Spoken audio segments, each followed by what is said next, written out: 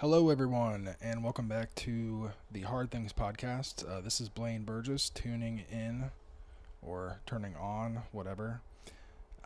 For this is going to be season 2, episode 5, I believe.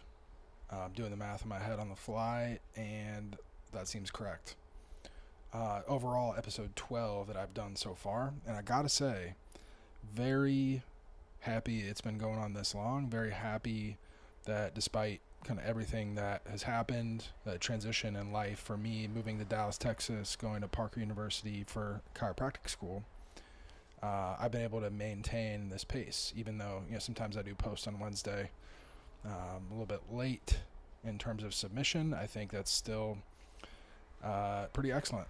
I'm pretty proud of what I put out so far, and today is no exception. I've been reflecting a lot about what I want to talk about today, and it kind of came up as like almost a natural thing. I kind of know a general topic I want to work with, and then I just kind of let life happen to me. Last week was pretty chaotic. I did eventually get back into my apartment. Not that I was locked out, but the power had gone out after a horrible storm here in Dallas. I think hopefully now I'm sure everyone has power again.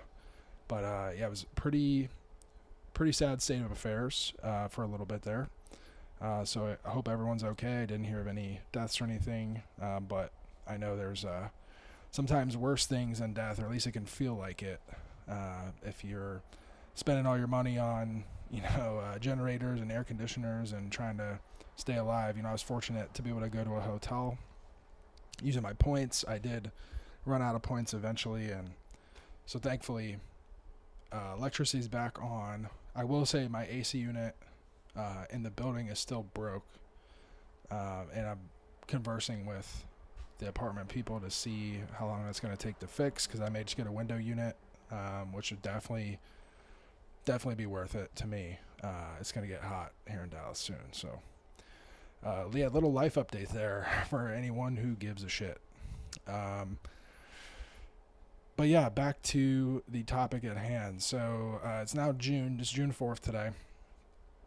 June, most often, at least now in today's society, in the last decade or so, is now known as Pride Month. I myself am an ally of the LGBT community. I believe love is love. I've experienced both romantic love for women and also kind of brotherly love for men, and I could see how a specific type of brotherly love might lead you to, hey, this guy's maybe more than just a friend. I would believe that would be possible, just knowing the power of love. Yeah. So, like I said, supporter of Pride Month.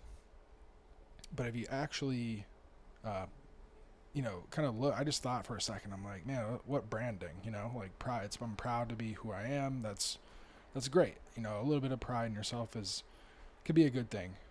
You should like who you are. But looking into pride, I was reminded of the Inferno by Dante Alighieri. If you've never been involved with that piece of literature, you should get into it. It's actually called The Divine Comedy, and it's because it's not funny at all. It's about hell. Inferno, purgatory, and then they talk about heaven a little bit in the third stanza, third act, whatever you want to call it. But yeah, I just really got curious on the word pride. And with all the division in our country, a lot of folks aren't as open and welcoming as I am. I do know that. I find myself in the middle politically, so I often see both sides. I feel kind of like a bridge in a way. I know there's a lot of folks in the middle who got to make a choice here in November, and one of their guys might be in jail, the other guy is asleep, and everyone's 70 years old. For me, once again, I'm a poli-sci major, studied politics in college, and I personally hate the choice that we have. We got basically 3 guys that are 70 years old. One of them doesn't have a shot unless he gets railroaded into one of the other parties. Somebody dies. God forbid. I'm not wishing death on anyone. But that's pretty much the only way RFK is going to get in. Trump might be in jail, and again, Joe might be taking a nap. Luckily, I'm sure he's got people that are doing work around him. But yeah, I'm really not enthused about any of the choices, if you can't tell. And I really am hopeful for the future, that we can get this figured out. Maybe get 50 or 60-year-olds on the ballot. I literally will take just a reduction in age at this point. I just want someone I can feel confident about. But enough about politics. Enough, joking around. Because again, it's called Divine Comedy. It's really not that funny. I actually don't find it that funny. Because it's serious. This is our livelihood. This is our country that I truly love so dearly. People that I love so dearly, in general. So, but yeah, like I said, so I find myself on a personality note to be very open, open-minded, imaginative, creative, insightful. I do like variety. I do seek new experiences. I'm curious, perceptive. And that varies, sometimes I can be pretty introverted when I'm overstimulated, but, yeah, being in the middle just allows me to see both sides of an argument more often than not. There's some beliefs I have that are very strong to one side or the other, but today's not about that. So, when thinking about pride, that word always brings me back to college, and it also, in my mind, is associated with the word hope. So when I was at Harvard, my final year, I've been through it in terms of being a football player. At one point, I had to take a year off of school. I really haven't talked about that to too many people. Maybe a dozen people know. More people might know. Dozen people remember, and maybe half a dozen know why. But it was academic related. I was just really struggling academically, and I have a lot to say on that too, but that's for a different episode. Probably 2 episodes from now, I'll get into the brain and, why it malfunctions. But today I'm going to stick with my journey as a football player at Harvard. I'd taken a year off. When I got back, you're basically starting over as a freshman, but you're a junior, at least in my case. So some of the freshmen and sophomores were actually kind of ahead of you in the coach's eyes. You have to take a year off school, and people are just kind of almost write you off a little bit. You got to come back and work even harder, than you were before. And I'm not going to lie, at this point in my life, I kind of had a traumatized nervous system. Again, we'll get into that and partially why I'm in chiropractic school to help people get out of that. But my experience in my body was exhausting. I really didn't have much to give, and when I rested, I couldn't rest that well, and I was giving everything I had, and it just wasn't very much. It wasn't very good, because I just needed more rest. Frankly, pretty much a decade is what it took at the end when I stopped resisting. About a decade from 23 to I'm 33 now. Really just lifting weights and trying to sleep a lot and eat a lot. Finally allowed me to come back. But this was towards the end of my career. Again, going as hard as I could. And still, every year we would get this. They call it the path to excellence. I still have this sheet. I never forgot the way this made me feel. Almost every time we got this, it's like a grade. It's feedback on your performance. And there's some things on the sheet that I found to be accurate, helpful, kind of truth hurts kind of thing. I was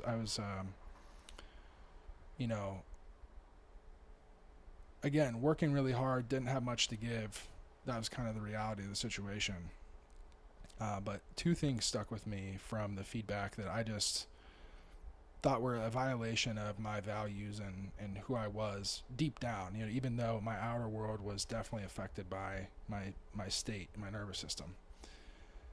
The first thing is, there's a question. The 10th question is about, like, is this guy persistent? Like a yes, can do attitude, preparation, opportunity equals success. And it's a 1, 2, or 3 grade, so it's either all the time, sometimes, or the final choice is prisoner of hope. And this particular one, I got sometimes player, but early on in my career, especially when I was most vulnerable as a freshman, I was away from home for the first time, I got prisoner of hope. And if you know anything about Superman, the Man of Steel, the S on his chest actually isn't an S. It's a symbol from his own world that stands for hope. And Superman really is a symbol of hope, a symbol of what we could be, what we strive to be, almost a godlike figure, or Christ-like figure. And I just always vibed with that. I always wanted to, generate hope for myself, that things are going to get better, you keep working hard, and you're going to be able to, succeed in some form or fashion. The reward will come if you keep working. And I also try to be a beacon of hope for others. If someone else is struggling, share my struggles and be honest, kind of like I am on this podcast, and to be graded at prisoner of hope. That makes you question, like, should I be hopeful? Like, prisoner of hope, what does that even mean? Like, it was honestly offensive to me at the time, because hope is kind of a core, even though things weren't going as well as they could be for me, I was clearly stuck in a situation I didn't know how to get out of, and no one really knew how to help me.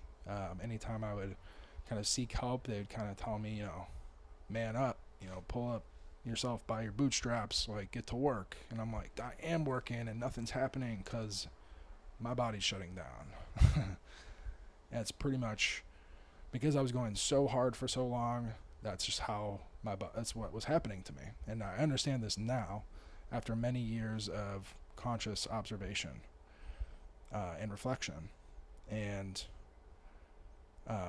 but yeah, that was very offensive to me, because hope to me, there's a saying, like, hope is not a strategy. And, like, it's true to a degree. You have to act, you have to take action, you have to figure out where you're going and take a step in that direction. You can't just wait. But hope is what you can kind of feed on until you take that step, or before you take your second step. Like, every time you stop and take a rest, you need to have something to fuel you, because life is hard. That's why this podcast is called Hard Things. And I want to give myself hope so that I can grow that into maybe love and give that to other people so that they can grow it and give it to other people, and it's contagious. But this feedback kind of felt like, contrary to that. And again, so it was offensive to me. And also, the rest of it is hard truth, and you look at it and it kind of says, like, hey, you might be a Division II player, you don't belong here. That actually probably might have been right in hindsight, but as a freshman or, a college student, I'm like 20 something years old, and that's pretty harsh to tell someone who is genuinely working hard. The results weren't happening, but I was giving it everything I had, which wasn't much, like I said. So that was the first part. And then, so at the end, he kind of wrote this big, long thing at the bottom. And when I say this is a coach. I'm not going to name him. Ultimately, I think he's a good guy. So really no bone to pick. It was just this specific thing and these specific words. And he obviously didn't make the questionnaire either. This was from the program. They'd probably been using it for years. It says, you come a long way. You've done great things this offseason. You have a golden opportunity to be one of our top 4. So one of the top 4 means I'd be playing pretty regularly. And I did eventually earn that opportunity, like the first half of my senior season, before I got a concussion at the end of the season. Classic. Again, we'll get into it in 2 episodes, but the final part is, if you don't buy in 100% to what we are doing, and we is underlined, you will be passed up. I'd like to think you have more pride at this point in your career than not to give it everything. So this 21, 22-year-old me, reads this and does not understand how kind of manipulative that statement is, encouraging the sin of pride. I think that's kind of the dark side of pride that I want to talk about today. He's kind of digging at a soft spot or a sore spot to try and get me to, no questions asked, buy into what they're doing. And in terms of scheme and technique and everything, I genuinely tried to do everything they asked me to do. Again, it's my body failing me. You can only keep up appearances for so long. It's a long, grinding season. You're going to school at Harvard at the same time. I think the perception was that I was giving low effort, and really I just didn't have much to give. I was giving the maximum. I could give it like 50%, and I was giving 51. But 50 is not good. It needed to be 85, 90. So I did keep it up. I did play. I was in the top 4 for a good part of the season. But I did get benched toward the end of the season, and I did end up getting a concussion in our third to last game at Columbia in New York City, on a pure, fuzzy concrete field. That's a story for another day. But I did come back and get to play in my last Harvard Yale game and win an Ivy League championship. So, hardships also build us to be who we are. And I'm very proud of my accomplishments with Harvard football and the contributions I made to the team, both on scout team and then also as a kind of one of the top 4 and playing pretty significantly. But again, being encouraged toward pride, again, the dark side of pride, the Pride Month, and love is love, and who you love, you don't really choose. That feeling of love just finds you, and it's, kind of attaches itself to you from this other person, and it's a connection that is built and maintained. I think that is a real thing. The dark side also is a real thing. So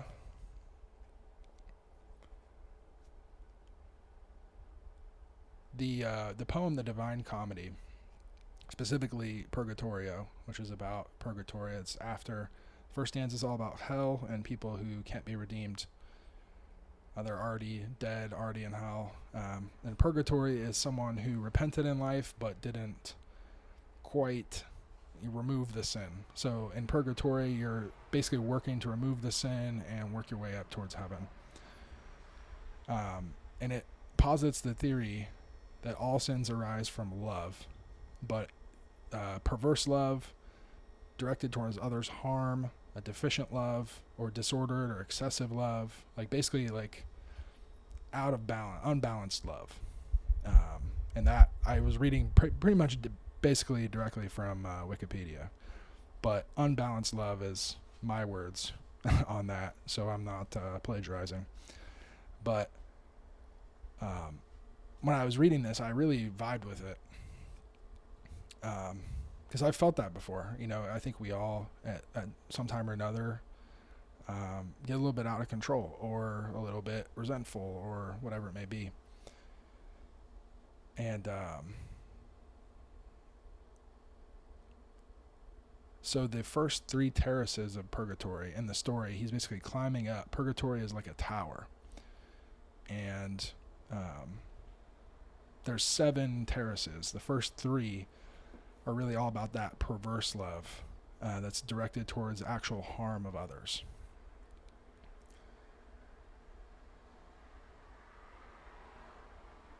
So pride is ultimately considered, it's the first level, considered the original sin. It's thought to be the source of all the other sins. So again, this is a coach of mine kind of calling out my pride, asking me, hey, stoop down to whatever level you have to stoop down to get this job done, rather than calling me up to some kind of more virtuous motivation. perhaps, helping me even go further than I did. He kind of asked me to calm down, and I think, again, I was like a little bit offended, because this is a coach. This is someone that's guiding you on your journey. When coaches are asked why they do it, they're like, "Oh, we're molding young men, and they're gonna succeed on the field and succeed out in the world." And I think the things I did to succeed, I really sacrificed some of my values, some of the opportunities that were afforded to me at Harvard academically, just to, honestly, to get this Ivy League championship and ultimately an Ivy League championship ring, to have that pride and say, I played football at Harvard, I'm an Ivy League champion. Those are great things. But I think at a certain point, I sacrificed everything else I could be proud of in my life to get that. And then when football was over, what's left?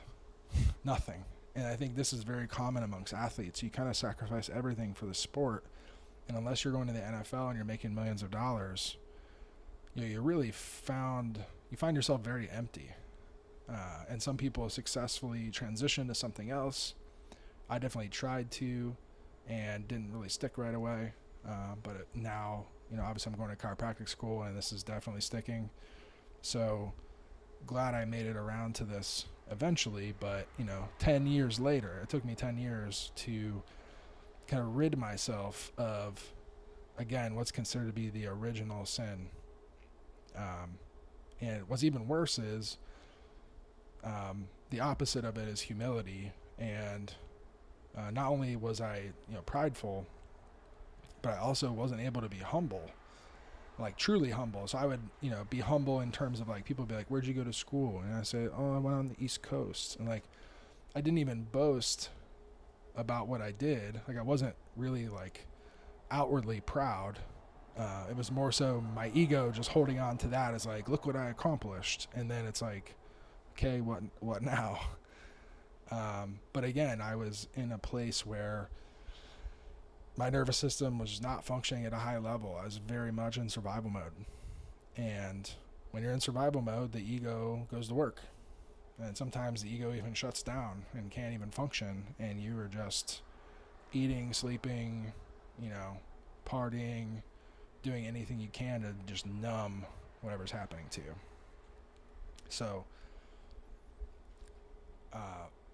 again, when I think pride, I think a lot of people might think things like the Lion King, lion pride, even a group of lions is called a pride. Like, something like being proud is and can be a good thing. But when you sink into the kind of sinful side, the dark side of it, actually, again, to bring up one of my favorite authors, C.S. Lewis, he basically said that pride is the anti-God state. The ego and the self are directly opposed to God. And this, he was a Christian man, so he was talking about, Christian God. But I think no matter what religion you are, even if you're not religious, there's a higher consciousness, a creator, whatever you may call it. And pride is directly opposed to that. I don't know if I have a better way to say it than that. I think that's really what I agree with. And so the conflict I felt within myself for all those years was just that little divine spark in me fighting against this pride. And that really caused kind of a cold war inside myself. So again, I was bring up this thing that Pat McAfee says on ESPN, but be a friend, tell a friend something nice, it might change their life. Hearing him say that day after day, watching that over the past 6 months, it really stuck with me, because someone might be inside a cold war with themselves, and you don't know that. Cold war, between the United States and Russia, it's not an overt war. We're not launching rockets. but something disastrous could be on the horizon for that person. So being kind in a moment, you never know, it might give them a break from that Cold War. So yeah, that's enough for pride. We're going to move on to some of the cousins of pride. Next on the docket is going to be envy. And these really do all go hand in hand. When I think about the dark side of pride, I think about maybe what more conservative folks have against the LGBT community. There is the pride of like, I'm proud of who I am and who I love. I think that's great. But it does easily morph. We all easily morph pride into negative pride. I'm someone that was not a member of the LGBT community and was prideful in a negative way. And again, with envy, it's the same thing, or along the same lines. So envy can be an insatiable desire. It could be sad, resentful, and it really just covetousness, wanting either the kind of personal traits or possessions of someone else. In this Wikipedia article, I really like the way it says this. St. Thomas Aquinas said the struggle through envy has 3 stages. So first stage, the envious person attempts to lower another's reputation. So it's like gossip, kind of talking shit. In the middle stage, the envious person receives joy at another's misfortune. There's a German word called Schadenfreude, and I think we're all guilty of this at one point or another. I have a friend who, if he's listening, you know who you are. He sent me videos on Instagram all the time of people getting hit in the nuts, like Jackass type shit. Like, we love the movie Jackass. Why? These guys are getting hurt. It's like joy at another's misfortune. We think it's so funny, but like some of the stuff that they were doing was crazy. I mean, like staples in their body, getting hit in the genitals a bunch, like really, really getting hurt, to be honest. Like Steve-O and Johnny Knoxville, all those guys, like they got hurt legitimately. So yeah, for some reason we love that and we just participate in that, and social media lets us do it mindlessly. At a rate never before seen in humanity, and it even worse if they fail. So if you talk shit about someone and they still get better or raise their position in life, you have grief at their prosperity, and then so following that, the third stage of it is hatred, and sorrow becomes hatred, and then that's can become anger and wrath, which is a whole nother sin. So I just think it's really interesting. I think if I just had to go back to the division in our country and both sides, I see kind of the more traditional conservative community.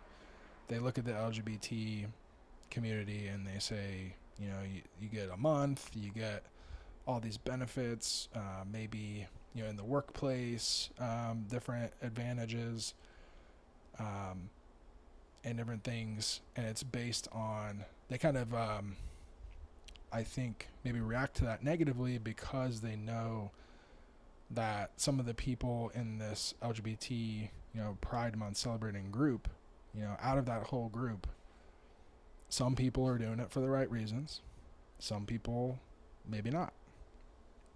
And instead of being able to discern between the two and say, hey, I'm happy for those people who really need this extra boost or really, could enjoy these extra benefits and like good for them, you just look at the people behaving badly and you say, really don't like a false positive.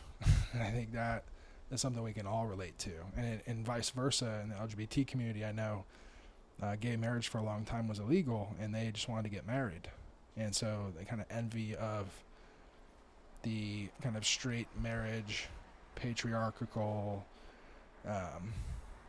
tradition. They're like, hey, we want to get married too. And like, I think that's actually a great impetus for a couple. It's people who are in love, should be able to get married for sure. I think that's fair if that's really what you want to do. I think there's a lot of straight couples that shouldn't get married. There's a lot of divorce these days. So it really goes all around. Like it's really, you have to use discernment in these scenarios. And I think envy is just a poison really to yourself, because oftentimes a lot of the stuff's out of your control. Unless you're personally inflicting the pain, which then we got a whole other thing. You got some other sins going on. But yeah, I think it's really up to each of us to really look at ourselves and go, why am I enjoying this? Someone's misfortune, or talking shit about stuff that's not my business, or if anger really is the face of grief, and anger and grief, anytime I'm acting from that, either consciously or unconsciously, it's never good. I've never had a good time being angry. I don't think anyone has. So really got to take stock of what your motivations are, what you're feeling. Take inventory of your feelings, and if you feel envy, unpack that. I think that's a good use of time for sure. So we're just over 30 minutes in the episode, so I'm going to pivot to the last cousin of pride, and that is wrath. Again, pivoting pretty easily from envy.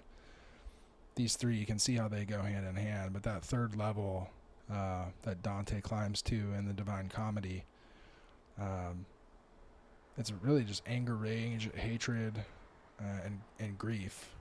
Grief really kind of being the underlying factor behind rage. If someone is angry, they're coming at you with less than desirable energy. Good chances they're probably just really sad.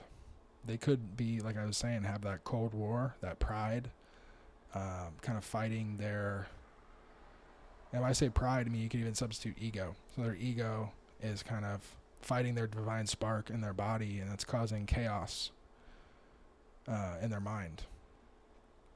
And when your brain chemicals get all out of whack, anger, rage, hatred, vengeance, a lot of people do a lot of terrible things under the influence of those emotions, and those can be hormonal, neurotransmitter based, just biochemically in our body. At a certain point, a buddy last night I was talking to, he said sometimes you just see red, you black out, and you hope you don't do anything bad. And I'm like, you should really check that out, get that checked out. And in the past, when I've been in survival mode, the trigger is hair thin, for sure. And a lot of times I would eat it and just inflict that anger and hatred on myself, which is, I think, where a lot of men get to. We know how powerful our anger and our hatred can be when we inflict it outwards. So sometimes you inflict it on yourself, and in the most subtle ways, and over months and years, it really just boils you inside. And anger and hatred really just hurts you. It doesn't hurt the person you're angry at, unless you let it out. And I think a lot of people, as much as we see rage and people, really upset in the world, I think there's a whole another level of it under the surface, just gets stuffed down in the nervous system, and people are really, really hurting. They don't realize it. And they have that Cold War inside of them. So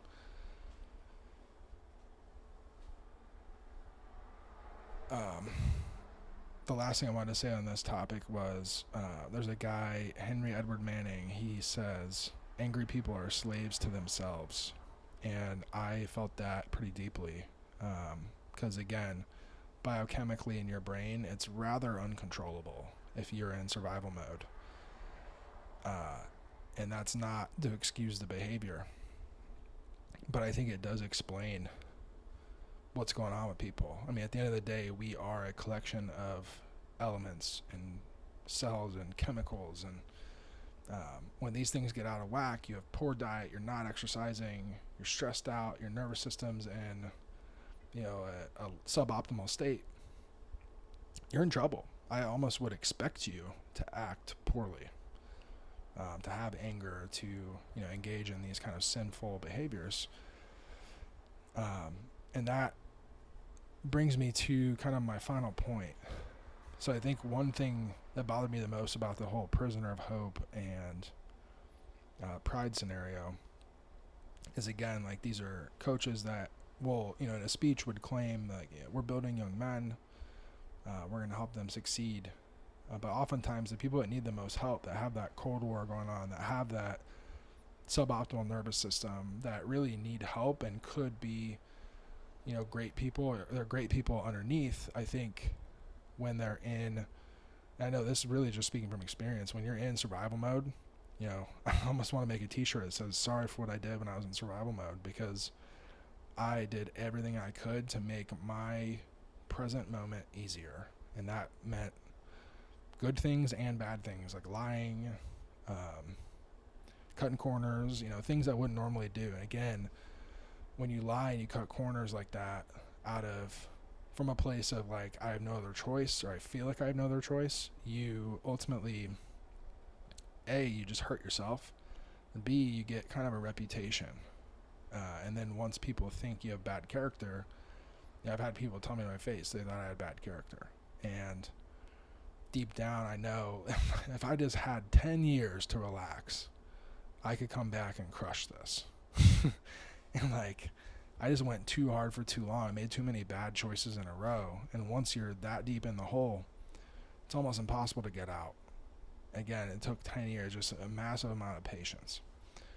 And so that brings me to my final point, which is, I think I already said final point, but this is where I'm going to talk about the inverse of those three sins, pride, envy, and wrath. The inverse of those is humility, charity, and patience. And that last piece I just talked about, the patience part, is really the hardest part, because we do get a limited amount of time on this planet. So patience is really one of the hardest virtues to manage. So I'll end with that. Going back to humility. So humility, again, doesn't mean you can't be proud. You should be proud about who you are, who you love, all those things. But humility is, I'm going to do all those things in my kind of corner of the world, in places where I should take up space. And if there are folks that maybe disagree with me, just be able to shake the hand of them and say, agree to disagree. I think is kind of what humility is. Or someone who's, like, wronged you. Especially loved ones. Hatred's kind of the opposite of love, in a way. But also I think they're very similar. It's kind of speaking of division in the country, horseshoe theory is, instead of a straight line, a straight spectrum, it's actually bent like a horseshoe. And the, like, radical left and radical right are actually more similar because of how radical they are. And the center is almost the real kind of polar opposite. So again, like, if you love someone and they just, like, stop yelling at you, stop fighting, stop trying, that's probably a bad sign. That is the genuine opposite of love or hate. If someone's angry at you, that means they love you. That means they're fighting something in relation to you. So if you can come to them with humility and say, hey, I know you're upset, I'm upset, I want to fix it. What do I got to do? What do we got to do? How do we move forward? And, that can oftentimes create at least a step forward, even if it's not a full path, just a step forward. And that kind of goes along with charity.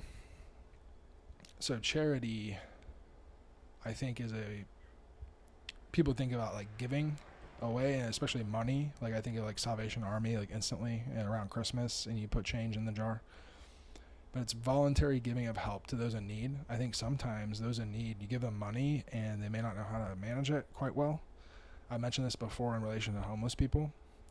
So sometimes even just like saying something nice, just giving someone a nice thought can maybe change their brain chemistry for a second and give them a chance to have a pause and make a better choice.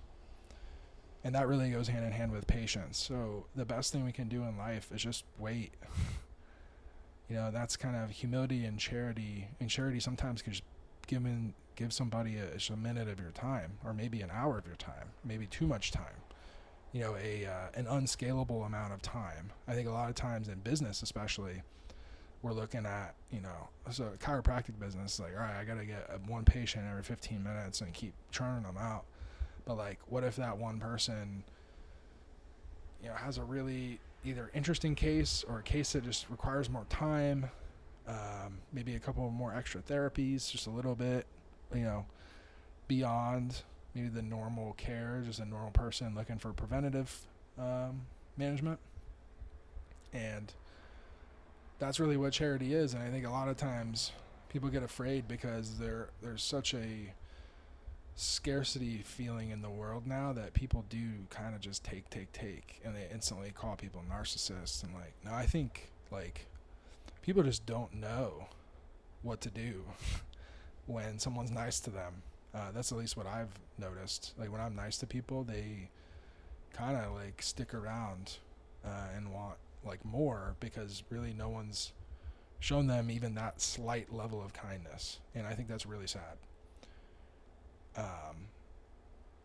So, I'm going to continue to be kind.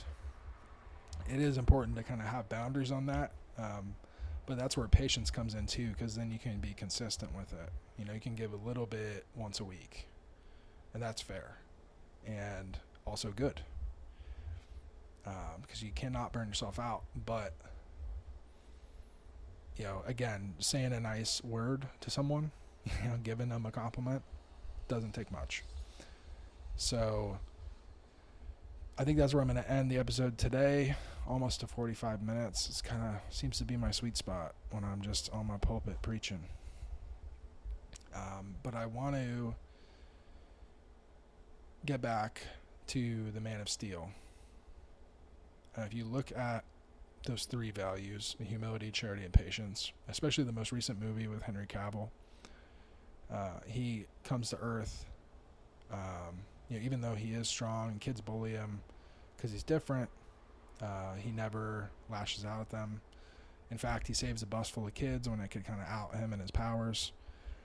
And he kind of goes underground for a while and really, does a great job of controlling his anger and being patient. And eventually, when the world needs his help and he has to save the world, again, charity, he gives himself and his abilities to protect the earth, and ultimately he's humble about it. There's a point in time where he surrenders to the planet Earth, to the military, to hand him over to General Zod, and they put him in handcuffs, and he's like, sure, like, put the handcuffs on, it's not going to do anything. And he's like, basically like, I could destroy you, but I'm not going to, let's work together. I think that has really always stuck with me as a good example, something I try to live up to, something I've been striving for many years, and I think has ultimately been a part of my healing. But my favorite, if season 1, my friend Danny that was on, I think episode 6, him and I are kind of obsessed with soundtracks, like movie soundtracks. And so I listen to movie soundtracks sometimes when I'm working. It's just kind of nice background music. Turn it on real low so the crescendos don't like throw you off. But one of my favorite songs off of the Man of Steel soundtrack is called What Are You Gonna Do When You're Not Saving the World? I think as Superman, it would be pretty front of mind to be like, hey, I have these powers, I need to be out saving the world. And it's a good question. What does Superman do when he's not saving the world? And What would you do if you feel like Superman in your mind, but your body's not working? Your powers, so to speak, aren't working. And that's something that, I have pondered a lot in the past 10 years that I've been trying to heal. I feel like there's a lot of good I could have been doing in the world and I wasn't. And it's really just a good lesson in like learning how to temper myself, how to rest. And the body's a renewable resource, but you have to take care of it. And I really learned how to take care of myself and bring myself back from a place of distress to a place of eustress, where I work out for fun and I have a good time with it and my mind works and I'm able to go to school and eventually going to be a doctor of chiropractic. And these things, I couldn't have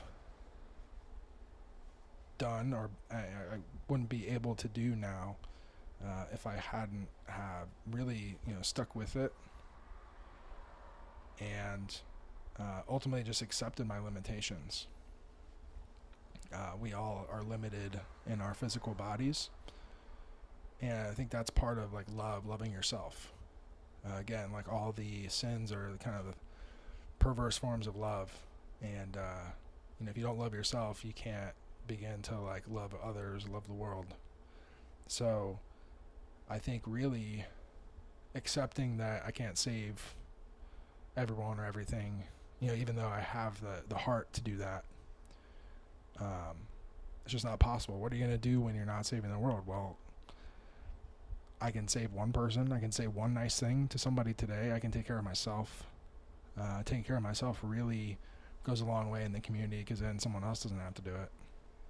And then they can focus on taking care of themselves, and eventually we can all grow our circle of influence to where, we can take care of our community, take care of the, 5 people around you. And that really, I think, is the point of the name of that song on the soundtrack. If you ever get a chance, just listen to it. It's kind of inspiring, just good, no words music. But when you listen to it, you'll definitely feel like it's a Superman kind of theme song. So a little bit nerdy, but it's cool. Anyways, I think that's about all for today. I appreciate you listening to the episode this week and the forthcoming weeks. Next 2 episodes are going to be maybe a little tough, I think, but it's something to look forward to as well, because I think sharing hard things can help everyone connect as human beings. I've already got people that message me and say that they enjoy the episodes, so that's honestly already enough for me if nothing else happens from this little experiment. So again, thanks for listening, and I'll be seeing you over the next few weeks. Bye now.